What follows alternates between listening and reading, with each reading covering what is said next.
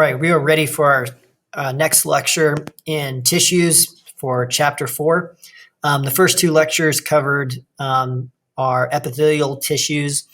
We took a look at how to classify both lining epithelial tissue and the difference between our glandular epithelial tissue. So now we're ready to look at connective tissues. Connective tissues are very varied. There are many different types. There's many different forms they can take, anywhere from blood to bone, which seem really, really different from one another.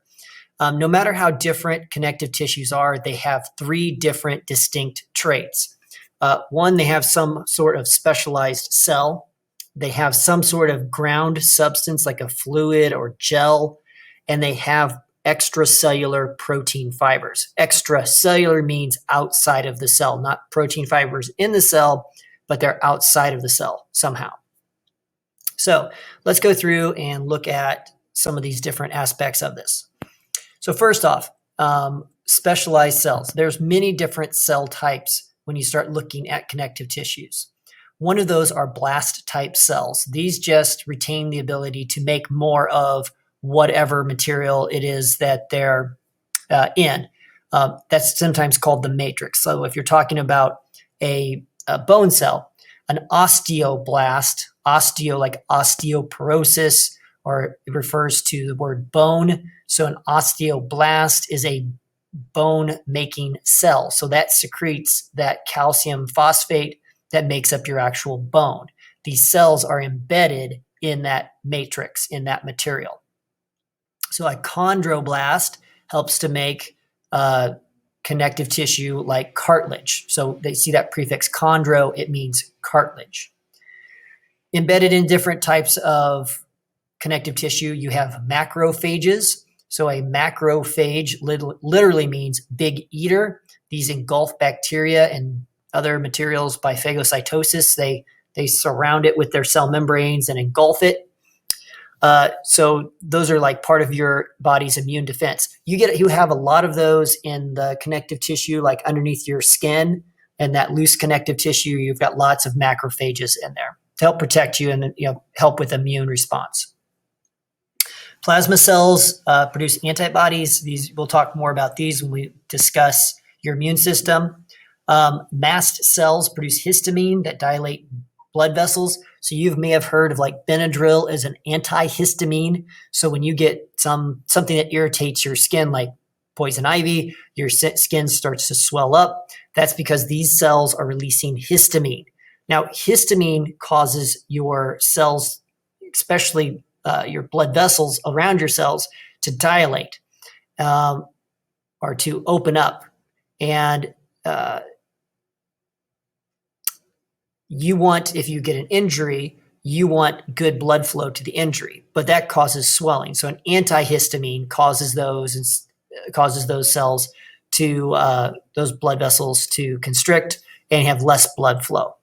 And then you have adipocytes, which are fat cells. So adipose or adipo refers to fat. So adipocytes are fat cells.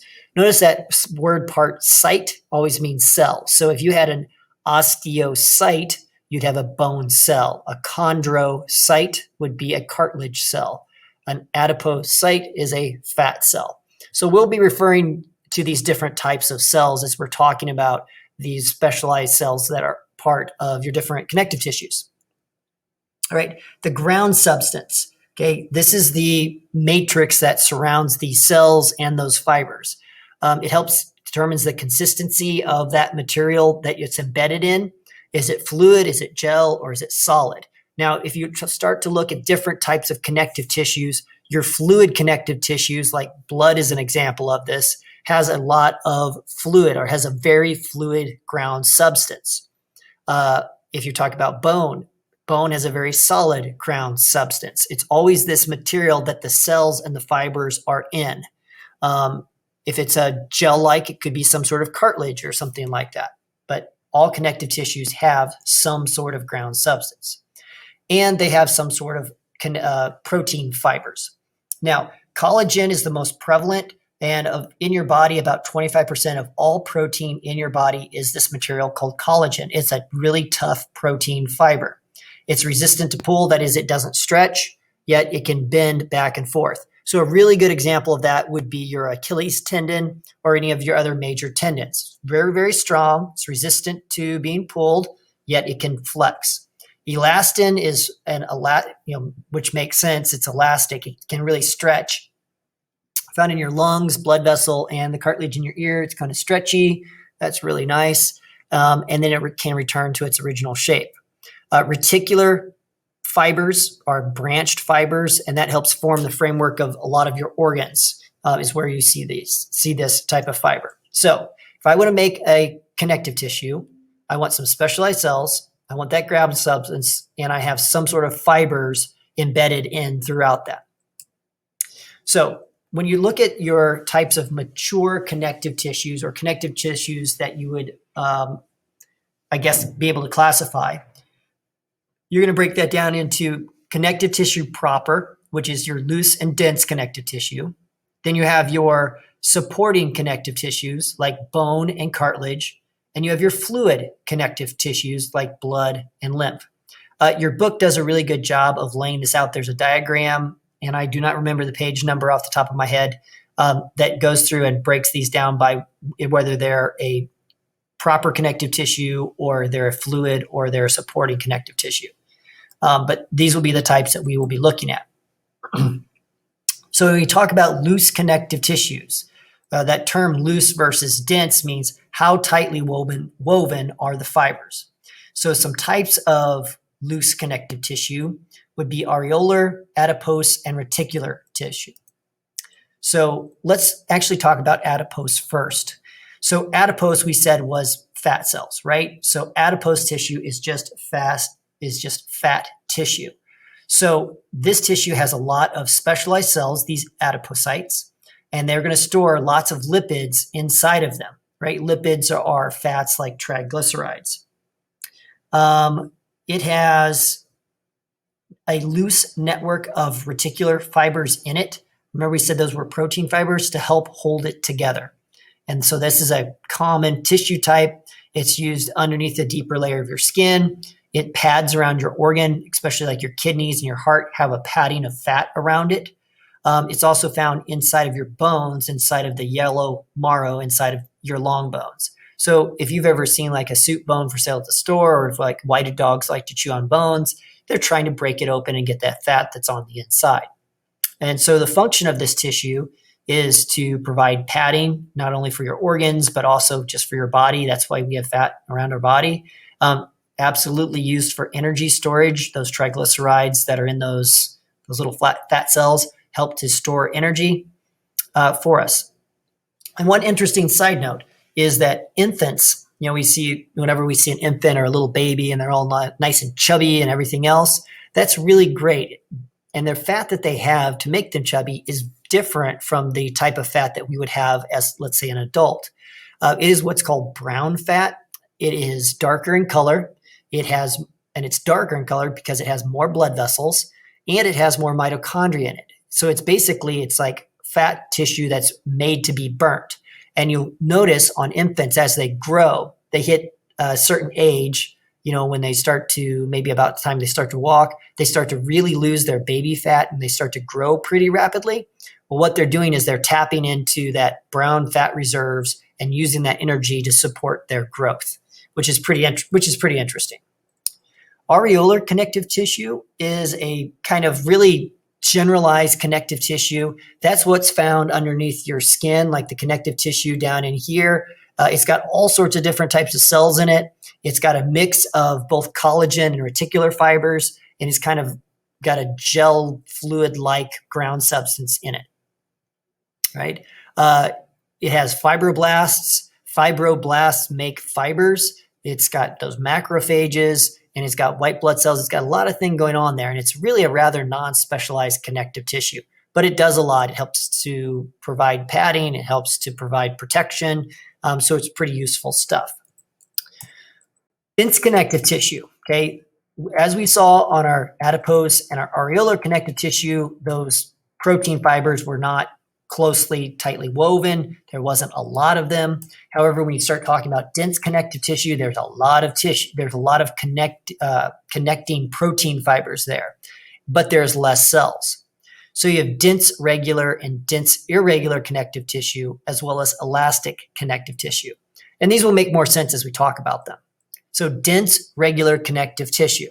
So it's densely packed protein fibers, and they're regular. That is, they're arranged in sheets or in straight lines. And a really good example of this would be like tendons and ligaments.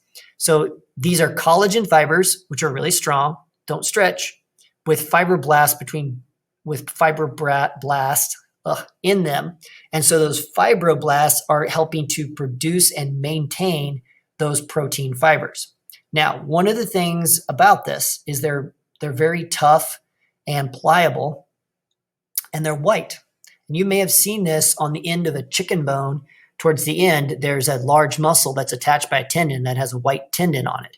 Okay, you need to keep in mind that anytime something is white is that it's because it is non-vascular. So that non-vascular means it does not have blood vessels. So a tendon or a ligament is made of this dense connective tissue. It's very white in color because it lacks that blood vessel. Now that does two things.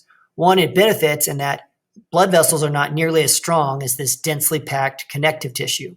On the other hand, densely packed connective tissue, because it does not have a good blood supply, takes a lot longer to heal than something like a very vascular bone. Okay, bones have pretty good blood flow. So you actually take a lot longer to heal things that are avascular, that is, things like your tendons and cartilage, which is avascular as well. Dense irregular connective tissue just means you've got densely packed fibers, but instead of being all nice and straight, they are kind of go back and forth, and they're really irregular. They're more interwoven. So this is really tough tissue. This is like the dermis underneath your basement membrane of your skin. This is really tough and strong, like leather would be made out of this. The white of your eyeball, right up here, otherwise known as your sclera, is basically a thin layer of interwoven irregular protein fibers. And that's really tough. I mean, this sounds weird, but if you've ever pulled an eyeball out of an animal and tried to break it, it's really hard to break, like a fish or something like that. The stuff is really strong. You don't often hear about somebody just rupturing their eyeball. They don't just like pop or anything like that, because they're really, really tough and really strong. Cartilage. Cartilage is a type of supporting tissue. It is a network of fibers in a rubbery ground substance. It's not totally solid. It can flex. It can endure more stress than some of the other types of connective tissue. And we use those in places where we want to deal with some flexibility and yet still have strength. Like bones are really strong, but they don't flex at all, or they should not flex much before they break. Cartilage is where we want some strength with some rigidity. So there are three types of cartilage. The first off is called hyaline cartilage. This is a bluish white rubbery substance. This is what coats the ends of bones where they join together. So once again, going back to the chicken leg, that part of the chicken leg that you grab a hold of, that end, especially before you cook it, has a really white, shiny, slick coating on it, like a little cap at the joint. Okay, what you're seeing there is the hyaline cartilage that is going to go ahead and allow those two bones to move together. You don't want bones rubbing against bones. That causes wear, and that's when your knees start to give out. Those joints should be covered with this whitish cartilage to reduce friction between the two. The problem, once again, is they don't have any blood vessels, so repair is very, very slow. So once you damage a cartilage, it takes a long time to heal. So hyaline is on the end of bones at joints. Fibrocartilage has a lot of fibers in it, lots of protein fibers.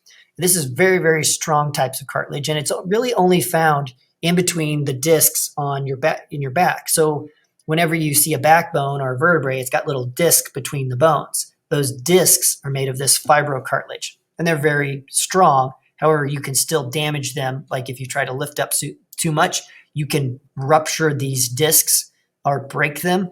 And that's when someone doesn't have a disc in their back, or they ruptured a disc or something like that. It just means that they put in way too much stress on their back. maybe that was an accident or something like that. Finally, your elastic cartilage, it has a lot of elastic protein fibers, so it's stretchy.